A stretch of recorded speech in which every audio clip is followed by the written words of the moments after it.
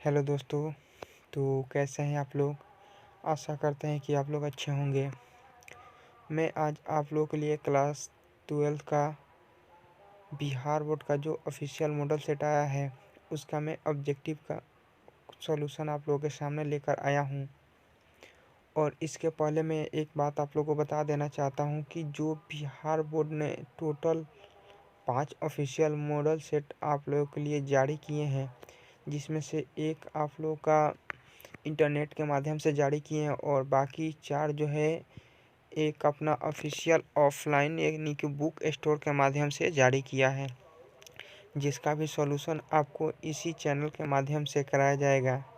इसके लिए आप लोग हमारे यूट्यूब चैनल ग्रांटी एकेडमी को सब्सक्राइब करें ताकि जो भी मैं वीडियो अपलोड करूं उसका नोटिफिकेशन आप तक जा सके। और उसके बाद में एक बात और बता देना चाहता हूं कि इसके पहले मैं हिस्ट्री का ऑफिशियल जो मॉडल सेट आया था उसका सॉल्यूशन करा चुका हूं। अगर आप लोग ने वो नहीं देखा है तो उसको जाकर हमारे आप डिस्क्रिप्शन बॉक्स में देख सकते हैं। 2 भागों में ये वीडियो बांटा गया है। तो चलिए स्टार्ट करते हैं। क्वेश्चन आज का पहला है कि भारत में एक हरी नागरिकता का विचार किस देश से लिया गया है। तो भारत में एक हरी नागरिकता का विचार आपका ब्रिटेन से लिया गया है। और यहाँ याद रखिएगा अमेरिका से जो मौलिक अधिकार है वो मौलिक अधिकार अमेरिका से लिया गया है। और संघीय शासन व्यवस्था, तो ये दोनों आप लोगों को याद रखना है। चलिए अगला क्वेश्चन हम लोग देखते हैं।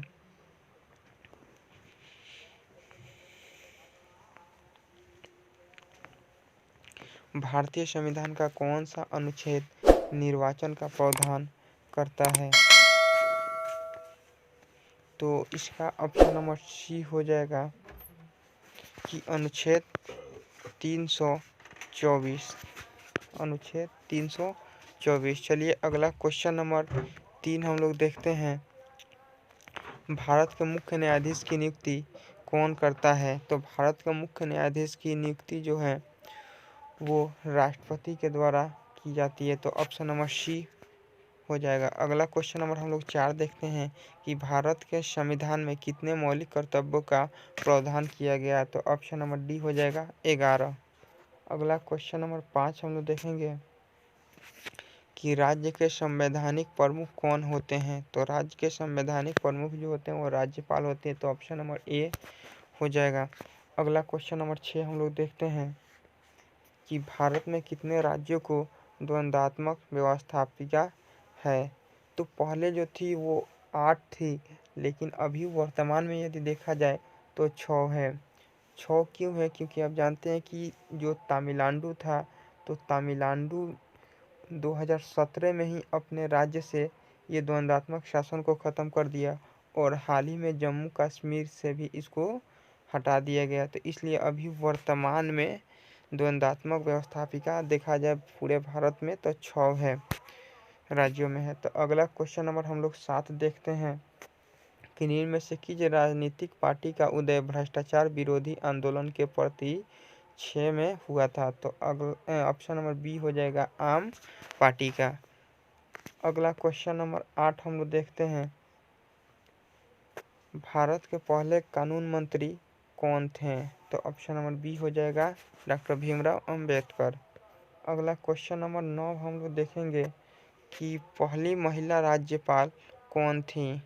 तो पहली महिला राज्यपाल जो थी वो सरोजिनी नायडू थी। तो option number A right answer हो जाएगा। अगला क्वेश्चन नंबर हम लोग 10 देखेंगे संयुक्त राष्ट्र महासभा की पहली महिला अध्यक्ष कौन थी। तो ऑप्शन नंबर सी हो जाएगा विजय लक्ष्मी पंडित, यानी कि पंडित जवाहरलाल नेहरू की जो बहन थी वही थी। अगला क्वेश्चन नंबर 11 है किस देश का संविधान विश्व का सबसे बड़ा संविधान है। तो ऑप्शन नंबर डी हो जाएगा भारत। अगला क्वेश्चन नंबर 12 है भारत के प्रधानमंत्री की नियुक्ति कौन करता है। तो ऑप्शन नंबर ए सही हो जाएगा राष्ट्रपति। अगला क्वेश्चन है क्वेश्चन नंबर 13 कौन सा संविधान संशोधन नगरीय स्थानीय स्वशासन से संबंधित है। तो ऑप्शन नंबर बी हो जाएगा 74वां। और जो 73वां था वो ग्रामीण शासन व्यवस्था, यानी कि ये दोनों जो संविधान संशोधन हुए थे 92 में हुए थे, जिसमें 74वां का संबंध शहरी शासन व्यवस्था से और 73वां का संबंध ग्रामीण शासन व्यवस्था से था। चलिए अगला क्वेश्चन नंबर 14 हम लोग देखते हैं। भारतीय संविधान का कौन सा भाग संविधान की आत्मा के रूप में जाना जाता है? तो ऑप्शन नंबर ए राइट हो जाएगा, प्रस्तावना। अब यहाँ पर भी देखिए दो कंडीशन आता है। जो पहला है प्रस्तावना, इसको भी भारतीय संविधान का आत्मा कहा जाता है, और जो बी है मौलिक अधिकार, इसको भी भारतीय संविधान का आत्मा कहा जाता है। तो ये जो था भारतीय संविधान का आत्मा मौलिक अधिकार को डॉक्टर भीमराव अंबेडकर के अनुसार कहा गया है। और ये जो अगर आपसे क्वेश्चन में सिर्फ पूछे कि भारतीय संविधान का आत्मा किसे कहा जाता है, तो प्रस्तावना को वहाँ पे हम सही कर सकते हैं। अगर सिर्फ आपको किसी का नामकरण कर दे, जैसे कि डॉक्टर भीमराव अंबेडकर के अनुसार भारतीय संविधान का आत्मा किन्हें कहा जाता है, तो वहाँ पे आपका मौलिक अधिकार होगा। चलिए अगला क्वेश्चन नंबर हम लोग 15 देखते हैं। संयुक्त राष्ट्र संघ के चार्टर में कितने अनुच्छेद हैं? तो ऑप्शन नंबर बी हो जाएगा 111। अगला क्वेश्चन देखते हैं हम। किस प्रधानमंत्री ने मंडल आयोग की सिफारिशों को लागू किया था? तो ऑप्शन नंबर बी हो जाएगा बीपी सिंह ने, जिसमें 33% आरक्षण की बात की गई थी। अगला क्वेश्चन नंबर 17 है। संविधान का 103वां संशोधन प्रदाता करता है, यानी कि संविधान में जो 103 नंबर का जो संविधान संशोधन हुआ था वो किससे संबंधित था? तो ऑप्शन नंबर सी हो जाएगा आर्थिक रूप से कमजोर वर्ग को आरक्षण दिलाने से संबंधित। अगला क्वेश्चन नंबर 18 है। अकाली दल किस राज्य की क्षेत्रीय पार्टी है? तो इसमें जो हो ऑप्शन नंबर ए हो जाएगा पंजाब। अगला क्वेश्चन नंबर 19 है। विकास के साथ सामाजिक न्याय किस पंचवर्षीय योजना का मुख्य उद्देश्य था? तो ऑप्शन नंबर सी हो जाएगा, यानी कि 5वां। अब इसमें आप लोग ऑप्शन याद रखिएगा, जो पहला, दूसरा, तीसरा, यानी कि एक बार इसको आप लोग तीनों चारों पंचवर्षीय योजना को देख लीजिएगा। जिसमें से पहला जो आपका पंचवर्षीय योजना हुआ था, जिसमें कृषि पर बल दिया गया था, दूसरा जो हुआ था जिसपे उद्योग को बल दिया गया था, और जो तीसरा हुआ था इन दोनों को मिलाकर, यानी कि कृषि एवं उद्योग पर बल दिया गया था। तो इसको आप लोग एक बार देख लीजिएगा। चलिए अगला क्वेश्चन नंबर 20 देखते हैं। किस भारतीय प्रधानमंत्री ने ताश्कंद समझौते पर हस्ताक्षर किया था? तो ऑप्शन नंबर बी हो जाएगा लाल बहादुर शास्त्री। और उस समय ये जो ताश्कंद समझौता हुआ था भारत और पाकिस्तान के बीच हुआ था, तो उस समय ताश्कंद समझौता पर हस्ताक्षर करने वाले भारतीय प्रधानमंत्री लाल बहादुर शास्त्री थे, और जो पाकिस्तान के थे वो यूब खान थे। चलिए अगला क्वेश्चन हम देखते हैं। क्वेश्चन नंबर 21 श्रेणी में से कौन पंचशील का सिद्धांत नहीं है? तो ऑप्शन नंबर डी हो जाएगा गुटनिरपेक्षता। अगला क्वेश्चन नंबर 22 है। भारत पाकिस्तान के बीच शिमला समझौता कब हुआ था? तो 1972 में। उस समय भारत के प्रधानमंत्री इंदिरा गांधी थी। चलिए अगला क्वेश्चन देखते हैं। विश्व मानचित्र पर इजराइल एक देश के रूप में कब आया? तो ऑप्शन नंबर बी हो जाएगा 1948। और इसके एक बात मैं आप लोग को बता देना चाहता हूँ, जो लोग अभी तक इस चैनल को सब्सक्राइब नहीं किए हैं उनसे गुजारिश है कि आप लोग इस चैनल को सब्सक्राइब कर लें। चलिए अगला क्वेश्चन देखते हैं। क्वेश्चन नंबर 24 है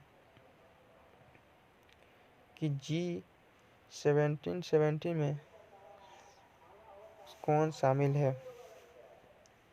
तो इसमें जो है विकासशील देश, यानी कि G77 जो है यह एक संगठन है, और इस संगठन में किस प्रकार के देश आते हैं? तो विकासशील देश आते हैं। तो ऑप्शन नंबर सी हो जाएगा। अगला क्वेश्चन हम लोग देखते हैं। Question number 25। बोडोलैंड की मांग भारत के किस राज्य से संबंधित है? तो ऑप्शन नंबर ए हो जाएगा असम, जिसमें बौड़ जो प्रजाति थी उनके द्वारा ये मांगे को उठाया गया था। अगला क्वेश्चन नंबर 26 है। भारत में पहला नगर निगम कब स्थापित किया गया था? तो ऑप्शन नंबर ए हो जाएगा 1687 में। अगला क्वेश्चन नंबर 27 है। भारत के प्रथम उप प्रधानमंत्री कौन थे? तो ऑप्शन नंबर डी हो जाएगा सरदार वल्लभ भाई पटेल। अगला क्वेश्चन है, भारत में सबसे पहले किस राज्य में त्रिस्तरीय व्यवस्था या त्रिस्तरीय व्यवस्था पंचायती राज व्यवस्था लागू किया गया था? तो इसमें ऑप्शन नंबर ए हो जाएगा राजस्थान। यानी कि भारत में सर्वप्रथम त्रिस्तरीय पंचायत व्यवस्था कही या पंचायती राज व्यवस्था कही है, इसी का तीसरा नाम कह सकते हैं स्थानीय स्वशासन। तो यानी कि इसकी शुरुआत आपका राजस्थान से हुआ था 2 अक्टूबर 1959 में राजस्थान के नागौर जिले से हुआ था। तो इसको आप लोग याद रखिएगा। अगला है क्वेश्चन नंबर 29, राज्यसभा का सभापति कौन होता है?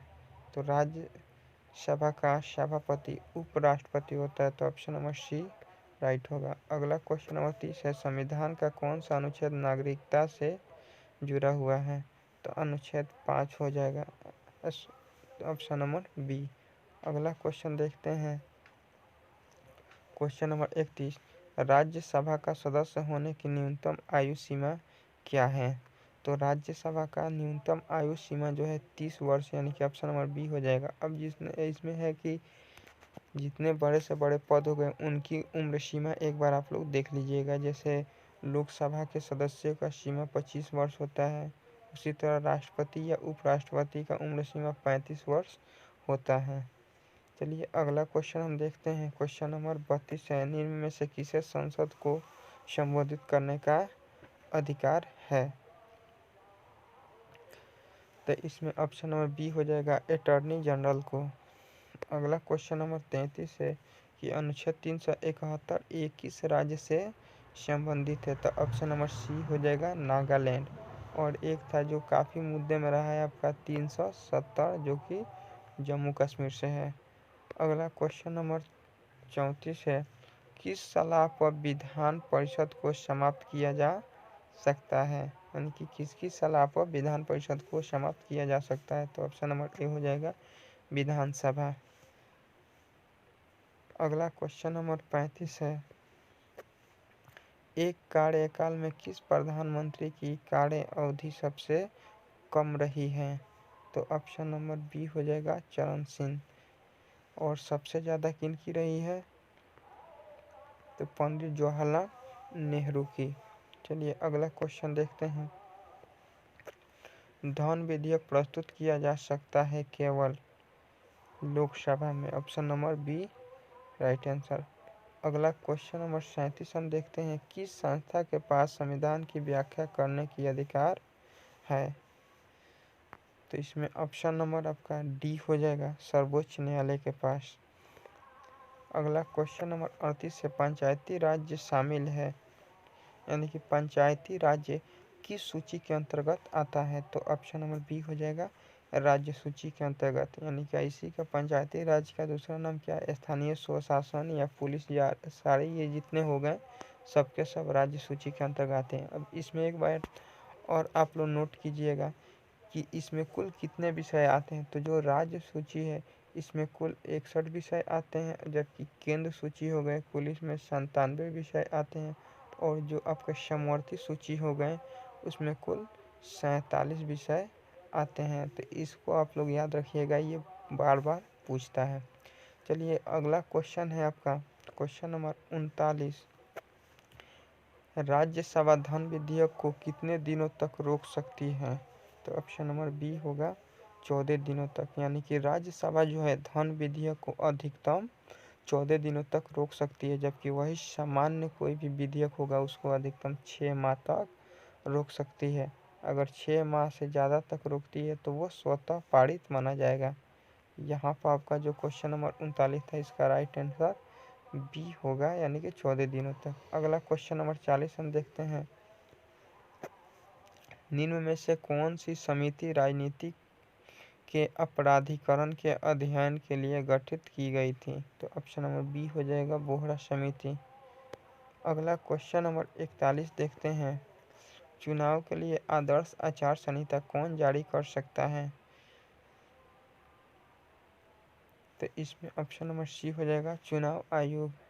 अगला क्वेश्चन नंबर 42 है, भारत की संसद में शामिल है, यानी कि यहाँ क्वेश्चन पूछ रहा है भारत की जो संसद है वो किसके किसके मिलने से बना होता है। तो ऑप्शन नंबर डी हो जाएगा, लोकसभा, राज्यसभा और राष्ट्रपति के मिलने से बना होता है। अगला क्वेश्चन नंबर 43 हम लोग देखते हैं, राज्य सरकार का कानूनी सलाहकार कौन होता है। तो राज्य सरकार का जो कानूनी सलाहकार होता है वो एडवोकेट जनरल होता है, जबकि जो केंद्र सरकार होता है, केंद्र सरकार का अटॉर्नी जनरल होता है। यानी कि ये जो ऑप्शन नंबर ए है ये केंद्र सरकार के लिए होता है, और ऑप्शन नंबर जो बी है वो एडवोकेट जनरल वो राज्य सरकार के लिए होता है। तो आपका यहाँ राज्य सरकार पूछा है, तो option number B right answer. अगला क्वेश्चन नंबर 44 है, शून्यकाल संबंधित है, यानी कि शून्यकाल किससे संबंधित है। तो ऑप्शन नंबर बी ये संसद से संबंधित है। अगला क्वेश्चन नंबर 45 है, किस संविधान संशोधन के द्वारा संविधान में मौलिक कर्तव्य को जोड़ा गया। तो ऑप्शन नंबर ए हो जाएगा 42वें संविधान संशोधन, यानी कि ये 1976 का जो 42वें संविधान संशोधन हुआ उसके तहत जोड़ा गया। अगला क्वेश्चन नंबर 46 है, एक वर्ष में संसद के कितने सत्र होते हैं। तो ऑप्शन नंबर सी हो जाएगा 3, यानी कि 3 सत्र एक वर्ष में संसद का होना अनिवार्य है। अगला है क्वेश्चन नंबर 47, निम्न में से कौन भारत का सबसे पुराना उच्च न्यायालय है। तो ऑप्शन नंबर डी हो जाएगा कलकत्ता, जिसकी स्थापना 1774 में हुई थी। अगला क्वेश्चन नंबर 48 है, भाषा के आधार पर गठित होने वाला पहला राज्य कौन सा है। तो option number A Andhra Pradesh, जिसकी स्थापना 1953 में हुई थी। अगला क्वेश्चन नंबर 49 है,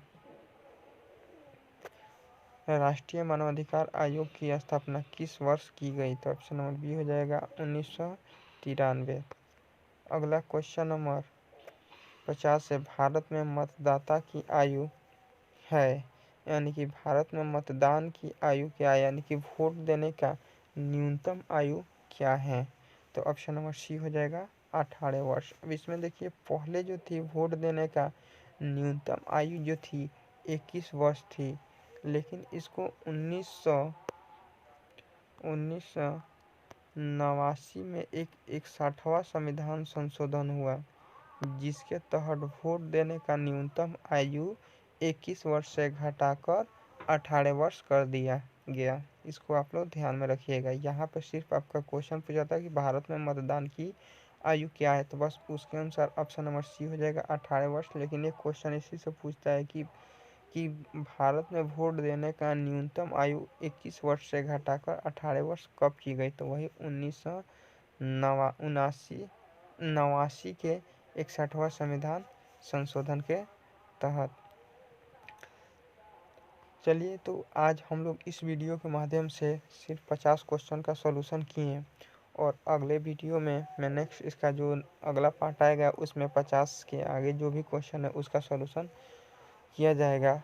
और बस आज के लिए इतना ही, और आपसे एक छोटा सा गुजारिश है कि आप लोग इस चैनल को ज़्यादा से ज़्यादा सब्सक्राइब करें और इसे शेयर करें, ताकि और भी इससे रिलेटेड जितने भी बिहार बोर्ड से रिलेटेड मॉडल सेट है उसको पे वीडियो बनाया जाए। तो चलिए ठीक है, मिलते हैं आपसे अगले वीडियो में।